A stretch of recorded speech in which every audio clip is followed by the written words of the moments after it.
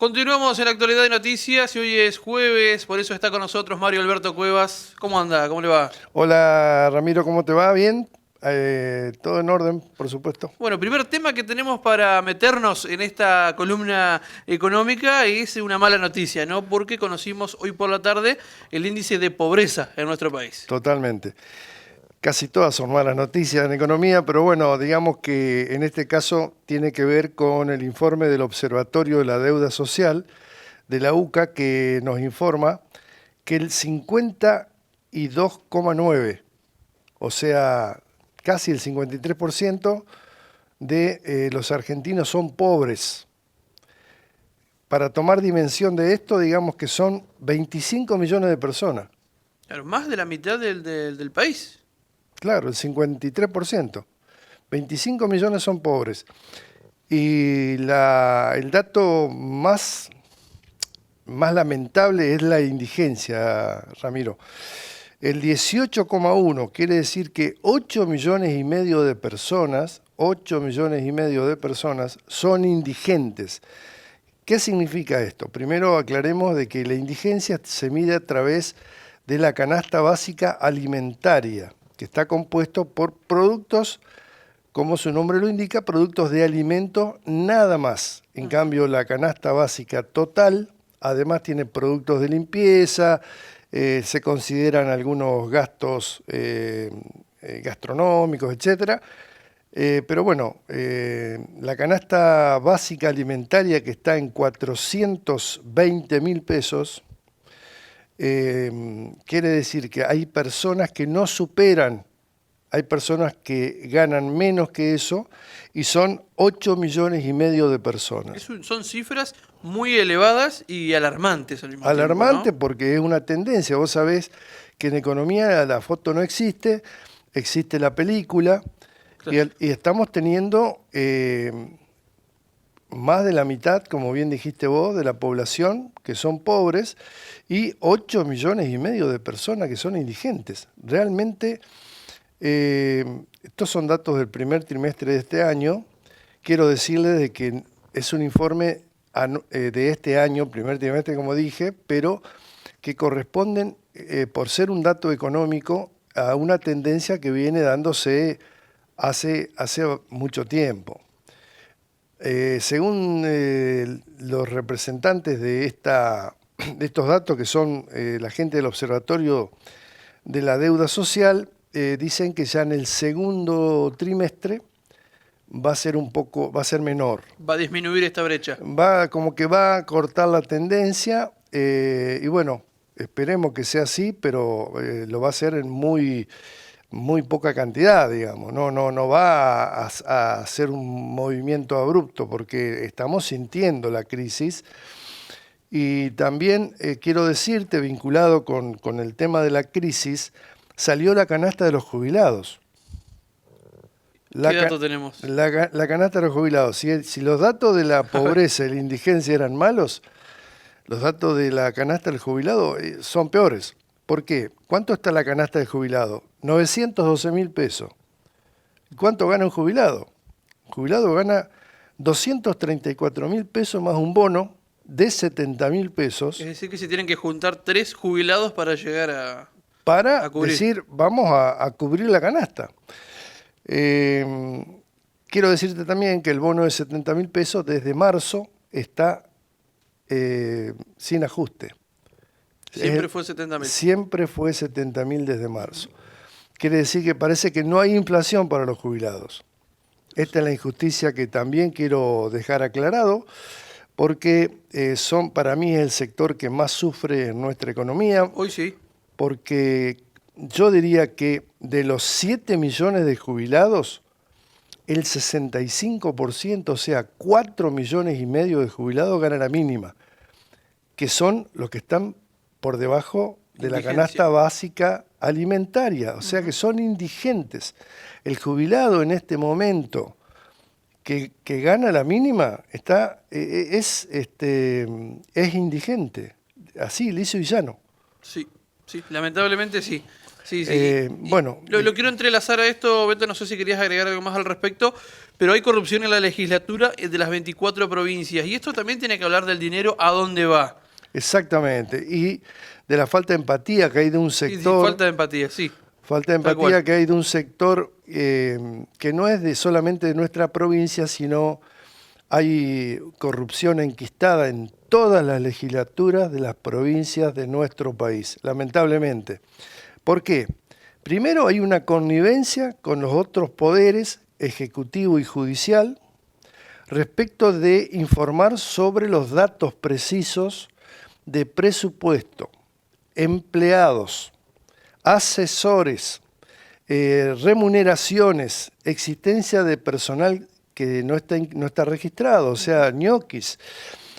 Otros casos de manejos opacos de presupuesto, gastos reservados, gastos protocolares, autos oficiales, que eso lo hemos tenido en nuestra ciudad.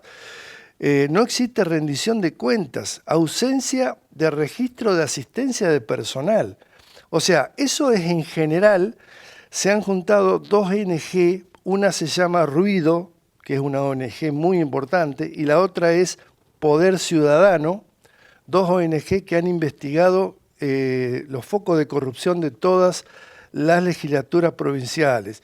Y arranquemos con la más importante, que fue en la provincia de Buenos Aires, con el caso de Chocolate Rigó, que fue tan famoso porque lo encontraron con más de 50 tarjetas cobrando sueldos de un supuesto personal que en realidad lo único que le pedían sacar una tarjeta para poder cobrar, le daban el 10% de lo que cobraban y el producido de esa recaudación, que era el 90 o el 85% del total de cada sueldo o supuesto sueldo, porque no era ningún empleado, era para gastos de la política, gastos irregulares de la política. Pagar digamos, un canal, una radio, pagar pauta, por ejemplo, o gastos para campañas, etcétera. Sí. Bueno, todo eso envuelve al caso de Chocolate Rigó en la provincia de Buenos Aires. Pero ya pasó mucho tiempo de Chocolate y en el medio no tuvimos tampoco ninguna noticia ni otro caso similar hasta ahora. Hay una inminencia de allanamiento en este momento por el caso de Chocolate Rigó. Se ha reactivado, atento a la presión que están ejerciendo ciertos sectores. Aparentemente en los próximos días habría novedades, pero no solamente en Buenos Aires ocurre. ¿Ah, no? Esto ha ocurrido en nuestra provincia de Entre Ríos, en Catamarca, Jujuy, Santa Fe y Tucumán. En Entre Ríos vamos a recordar el caso en el año 2018, donde un asesor del en este momento, diputado provincial Ricardo Troncoso, que denunció que este asesor tenía que dejar parte de su remuneración, de su cobro, al señor diputado. O sea, le quedaba una partecita para el asesor y el resto iba al diputado o al legislador.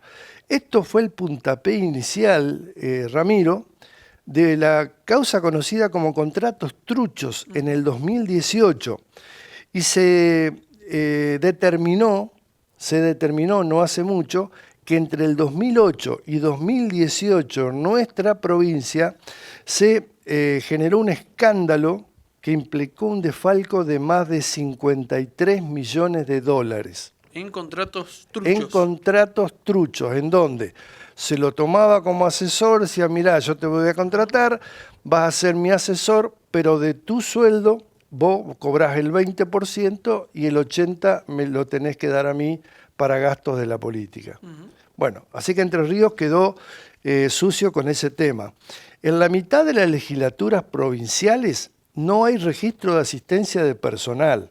Se resisten a dar información sobre presupuesto, sobre asesores, sobre los derechos turbios que tienen. ¿Estamos hablando de la Cámara de Senadores, precisamente? No, estamos hablando de las legislaturas.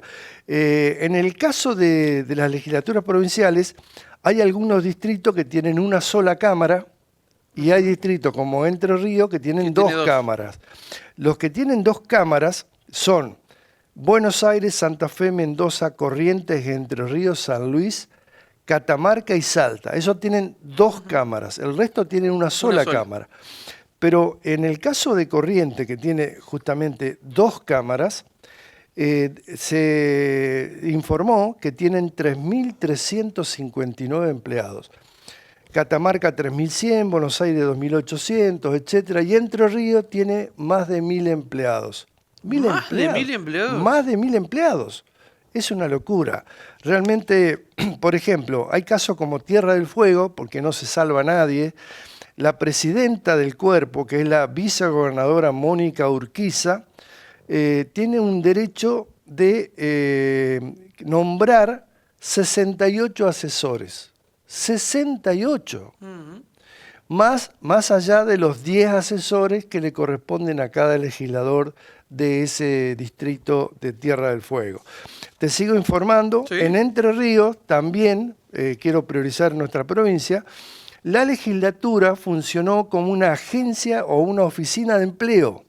A ver, Se detectaron contratos de familiares, lo digo muy claramente porque tenemos casos en Diamante, allegados de dirigentes políticos, personas sin experiencia en el trabajo que tenían que realizar y sin especialidad.